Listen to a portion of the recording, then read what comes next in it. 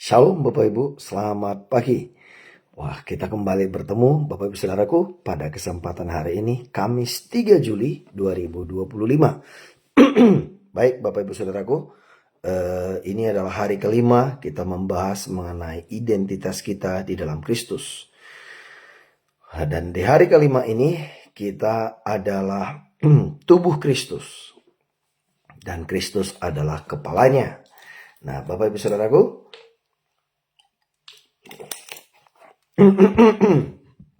sebelum kita lanjutkan, mari kita berdoa.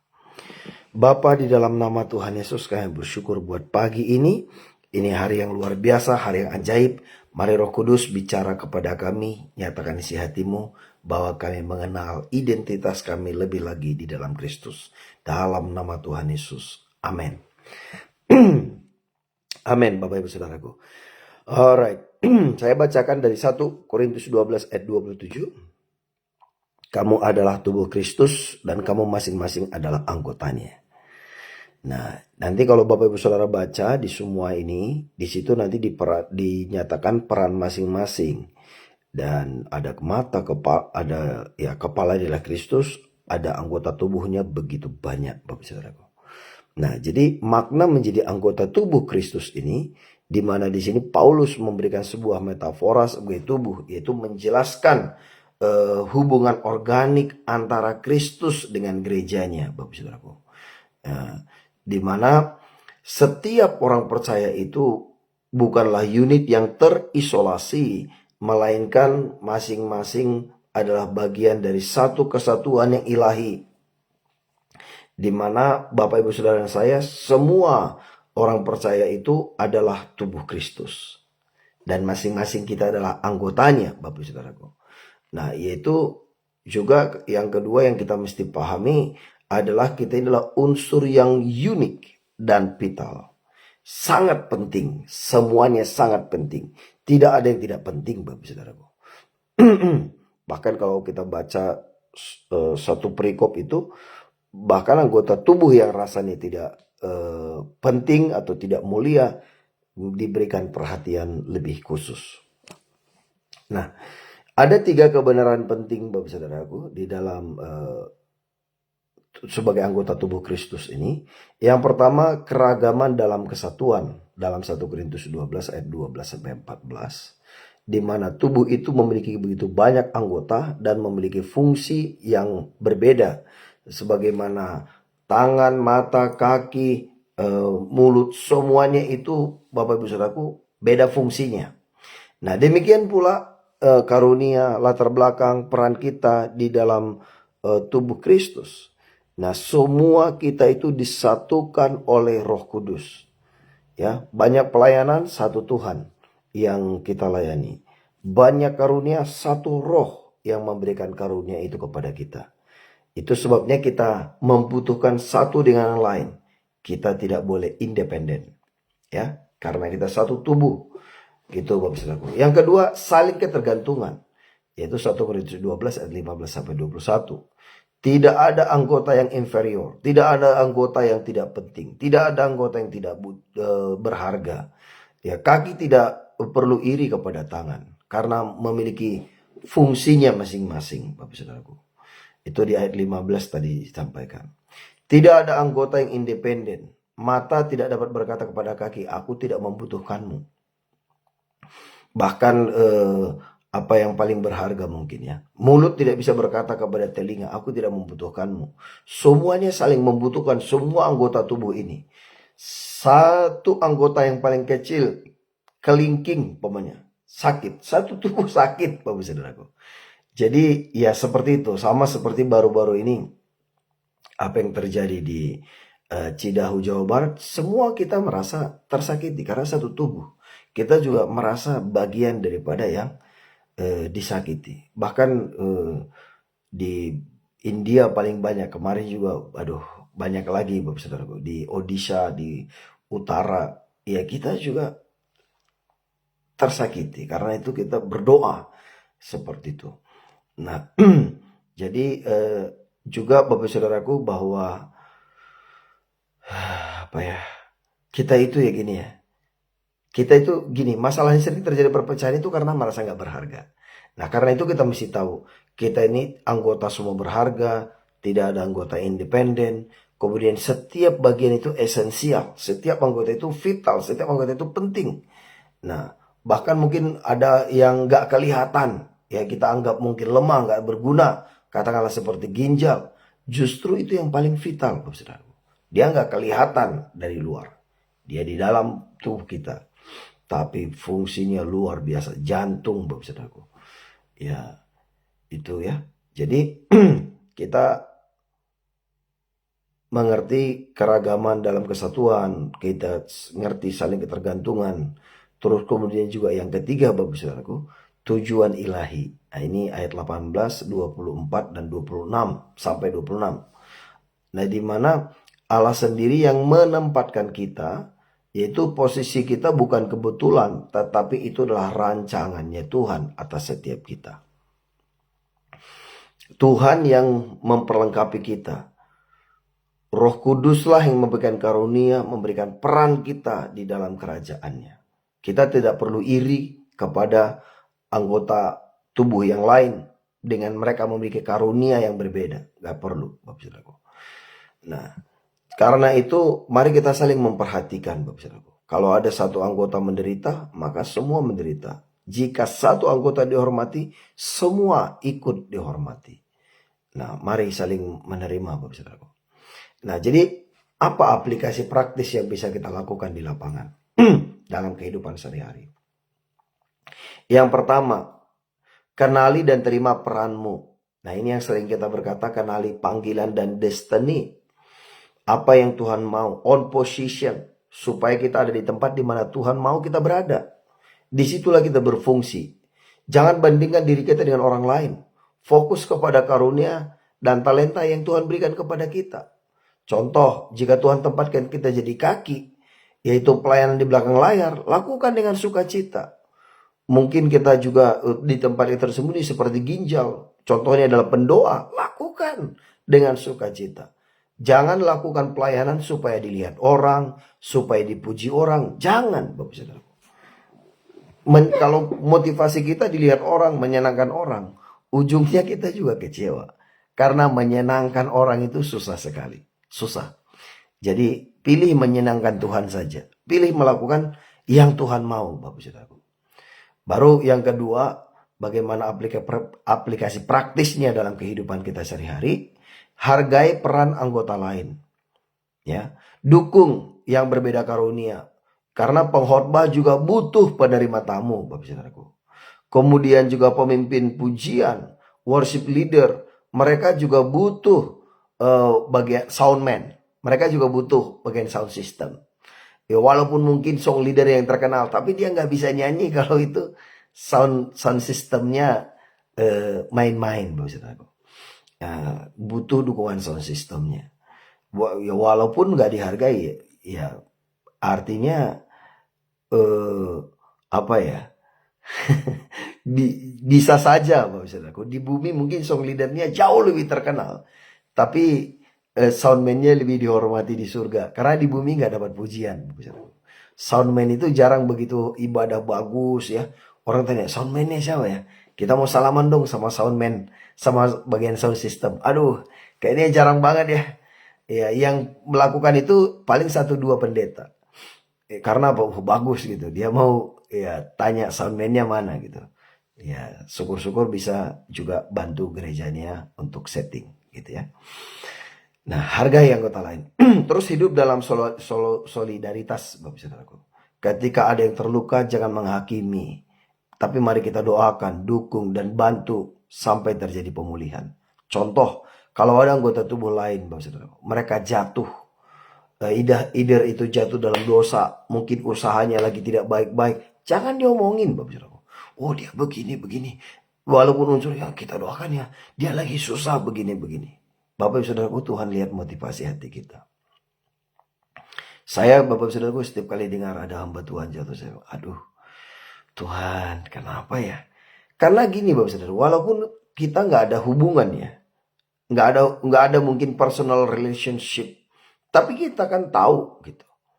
Ya, kita saling tahu. Karena di dunia ini mereka kan nggak tahu ini sinode apa, ini apakah ini gereja apa, apakah ini Protestan, Katolik, atau karismatik, Pantekosta. Orang nggak peduli, orang tahunya itu Kristen.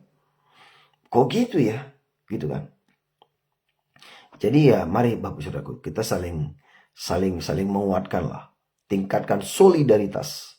Ketika ada yang terluka, ya kita ikut berdoalah buat mereka. Kalaupun nggak bisa bantu secara tenaga, secara materi, atau langsung secara imaterial, Bapak Saudaraku, ya setidaknya doakanlah. Ya saya suka statementnya Pak Presiden kita ya, Pak Prabowo. Bantulah sebanyak mungkin orang. Kalau tidak bisa bantu banyak orang, bantulah sedikit orang. Kalau nggak bisa bantu sedikit orang, bantu satu orang. Kalau satu orang pun nggak bisa bantu, setidaknya jangan mempersulit orang. Jangan nyusahin orang. Saya justru saya pikir ya, bagus juga statementnya. Bagus, Bapak Saudaraku. Jadi, kita anggota tubuh Kristus saling membutuhkan. Kemudian Bapak Saudaraku, ketika ada yang berhasil, mari kita bersuka cita. Kecemburuan itu merusak persekutuan. Gak perlu cemburu. Ya ketika orang menceritakan terobosan mereka, apresiasi mereka, praise the Lord. Nah, nanti waktu kita juga akan tiba. Mungkin ya kita prosesnya lebih panjang. Gitu ya. Semakin lama kita diproses Bapak Saudaraku, semakin besar promosi yang Tuhan berikan. Semakin besar. Ya contohnya ini sekarang Bapak Saudaraku, saya juga kemarin baru diberitahu teman. Dan saya ikutin Instagramnya Ibu Gubernur ya, Shirley. Bapak Ibu Saudaraku, ibu rumah tangga ya. Suaminya juga meninggal dalam eksiden. Tapi sekarang menjadi salah satu one of the best gubernur Bapak Saudaraku. Ya mungkin kita juga kenal banget, banyak orang kagum juga dengan KDM gitu. Termasuk saya. Saya juga ikutin beliau. Artinya kita sebagai anggota tubuh Kristus. Ini kalau kita bicara mereka, kita sebagai warga Indonesia gitu. Di luar negeri sana mereka kan nggak peduli agama apa. Mereka lihat Indonesia. Ya tapi puji Tuhan Bu Shirley memang dia takut akan Tuhan. Ketika dia dipaksa jadi gubernur, masih luka-luka Bapak Saudaraku. Masih luka-luka. 4 hari setelah eksiden, ditanya siap nggak jadi gubernur? Dan dia menyatakan diri siap. Tadinya gubernur itu salah satu nomor 2 termiskin provinsi di Indonesia. Utangnya banyak Bapak Saudara. Hari ini salah satu provinsi dengan APBD terbesar Bapak Saudara. Dan itu ya amazing lah ya. Itu memang ya kita bisa ya ternyata pemberian. Tapi proses, ini kan balik kita lagi prosesnya. Prosesnya Bapak Saudara sendiri tahu kan. Ya suaminya meninggal di depan matanya dalam eksiden. Ya terlepas apalah itu, pokoknya meninggal lah gitu ya. Terus kemudian juga menurut pandangan orang ya minoritas gitu ya. Habis itu secara etnis Chinese yang sering orang anggap di dalam pemerintah itu apa gitu ya. Dan kemudian Kristen lagi. Waduh. Itu udah triple perempuan lagi Bapak Saudaraku. Nggak ada lagi suaminya. Tapi lihat ketika seseorang itu udah siap. Dasarnya siap ketika Tuhan promosikan. Itu ajaib. Karena itu Bapak Saudaraku nggak perlu kita iri dengan anggota tubuh yang lain. Saya tahu banyak orang juga mereka mengalami proses. Kita nggak bisa support, kita nggak bisa dukung. Setidaknya kita nggak nyusahin. Jangan sebar rumor yang nggak penting. Seperti itu Bapak Saudaraku. Kalau orang lakukan terhadap kita ya we can do nothing. At least kita tidak lakukan itu. Kita nggak bisa tutup mulut semua orang untuk tidak bisa berkata yang tidak benar. Tapi kita punya 2 tangan, nggak bisa tutup mulut semua orang, tapi kita bisa tutup telinga kita. Lakukan yang benar Bapak Saudaraku. Alright. Jadi yang keempat Bapak Saudaraku, tetap terhubung dengan kepala. Di mana tanpa Kristus tubuh tidak berfungsi. Kolose 1 ayat 8. Prioritas utama kita itu adalah keintiman dengan sang sumber hidup, yaitu melalui doa dan firman. Nah, masalahnya itu Bapak Saudaraku, tantangan dalam dunia modern ini, orang itu sering mengembangkan namanya individualisme. Ya budaya aku bisa sendiri. Nah ini bertentangan dengan prinsip tubuh. Aku nggak butuh orang lain, aku butuh sendiri. I can do it by myself. Saya bisa lakukan sendiri. Itu individualisme. Ya itu tuh nggak sesuai dengan unity, kesatuan tubuh Kristus. Kemudian keseragaman. Nah, ini Bapak Saudaraku, media sosial mendorong kompetisi, bukan kolaborasi. Ya, kita juga dari kecil di Indonesia ini memang kebanyakan dikembangkan itu yang namanya kompetisi. Ya, saya bersyukur hari-hari ini ada beberapa sekolah, ya termasuk saya lihat sekolahnya anak-anak saya di Malang, Bapak Saudaraku, itu bahkan sekarang gurunya itu membuat meja itu seperti meja bundar, ya meja petak sih, tapi dibuat bulat, anak-anak itu duduk berkelompok. Satu kelompok itu ya 5 sampai 7. Ya, dari kecil diajarin kolaborasi, dibuatkan project-project bersama. Ada project pribadi, ada project kelompok. Hampir setiap hari. Ya memang begitu seharusnya. Karena memang ini sekolah anak Tuhan. Yang buat itu misionaris. Dan puji Tuhan orangnya baik sekali. Walaupun sekolahnya ada di mana-mana, ya berkelas internasional. Tapi orangnya humble. Ya, beberapa kali kami ngobrol dan dia juga sampaikan tujuan dari sekolah ini. Motonya adalah shaping future leaders, yaitu mempersiapkan, mempertajam pemimpin masa depan. Dan orangnya masih muda, visioner sekali. Ya, umurnya masih sekitar 50-an lah ya. Ya, luar biasa maksudku. Terus kemudian efisiensi yang berlebihan, cenderung mengabaikan anggota yang lemah. Ya, di dunia ini memang terjadi hukum rimba. Yang kuat yang berbuat, yang lemah mah ditindas. Kita sebagai anak Tuhan tidak. Kita memperhatikan lemah. Itu sebabnya kita juga buat yayasan. Kenapa nama yayasan kita Yayasan Taman Transformasi Mental Anak Negeri. Nah ini yang baru ini, aduh, sama Pak Sastrawan nanti kalau saya ke Tanah Karo banyak ngobrol kita. Di Tanah Karo juga nanti dengan Pak Sastrawan kita bisa kerjasama. Yang mana kita butuh kerjasama dengan pelayanan kedukaan. Yang mana selama ini kita sudah melayani ratusan orang kita makamkan. Tapi ya kita juga karena selama ini kurang tegas, ya kita juga banyak dimanfaatkan ya. Orang kalau nggak mampu diminta ke kita untuk melakukan prosesi pemakaman. Ya tapi kenyataannya memang sering sekali ya karena kita sulit lah ngomongnya gimana. Tapi itu sebabnya kita perlu lebih selektif. Selama ini ketika orang bilang nggak mampu, kita nggak minta surat pernyataan dari kepala desa, dari keluarga dan seterusnya. Sehingga kita juga dalam tanda kutip sering dimanfaatkan. It's okay, itu pelajaran, nggak apa-apa. Kita tetap lakukan itu. Sekarang kita buat skala yang lebih besar, bukan hanya di Jakarta, tapi bahkan ke depan ini sekarang kita lagi bisa support juga untuk seluruh Indonesia. Dan kemudian ini salah satunya. Kebutuhan sosial itu akan kita lebih kembangkan. Seperti itu. Kemudian Bapak Ibu Saudaraku, ya apalagi nih Pak Sastrawan ya, ini saudara-saudara kita yang dari Nia secara khusus Tanah Karo itu, yang sekarang jumlahnya saya kira sudah hampir mendekati 40.000. Di mana itu mereka pusing sekali Bapak Saudaraku. Setiap kali terjadi kedukaan harus kembali ke Nias itu minimum 12 juta untuk biaya pengiriman ke sana. Di mana mereka juga di Tanah Karo kebanyakan pekerja begitu ya. Ya ini contoh-contoh di sana ya. Tapi kita di Jakarta juga kita melihat kurang lebih ada kondisi yang serupa. Karena di Jakarta ini banyak sekali juga pendatang, pekerjaan belum settle. Terus kemudian juga ketika kejadian harus dikirim keluar pulau kembali ke daerah asalnya. Ada juga yang nggak mau di sana tapi di sini pun sulit tempat dan segala macam. Situlah gereja itu perlu. Kita sebagai tubuh Kristus together we can handle. Ya, jadi seperti itu Bapak Ibu Saudaraku. Ya mungkin sebagai perenungan Bapak Ibu Saudaraku, bagaimana atau apa peran yang Tuhan percayakan kepada kita, kepada Bapak, Saudara, dan saya dalam tubuh Kristus. Apa peran kita yang Tuhan berikan? Bagaimana kita bisa melakukan itu dengan lebih setia, dengan lebih baik. Dan yang kedua Bapak Saudaraku, sebagai perenungan.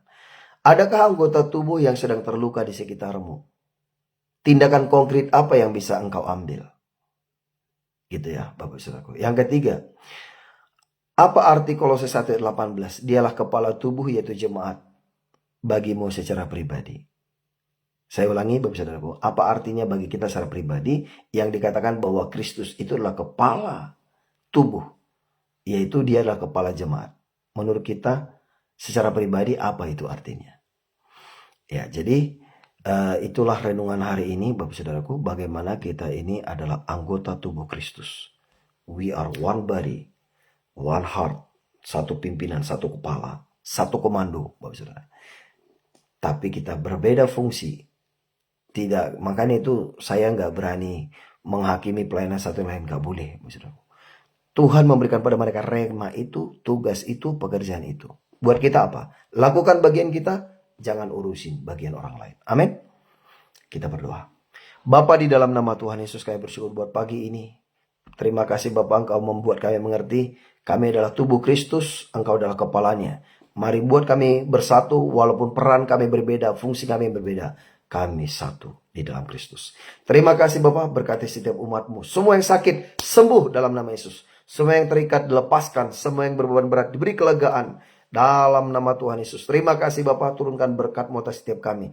Apapun kami sentuh, berhasil dan beruntung. Diberkati jadi saluran berkat bagi Indonesia, bagi bangsa-bangsa. Dalam nama Bapa, Putra, dan Roh Kudus. Dalam nama Tuhan Yesus. Haleluya.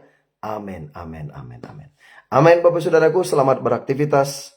Selamat melayani. Tuhan Yesus memberkati. Shalom.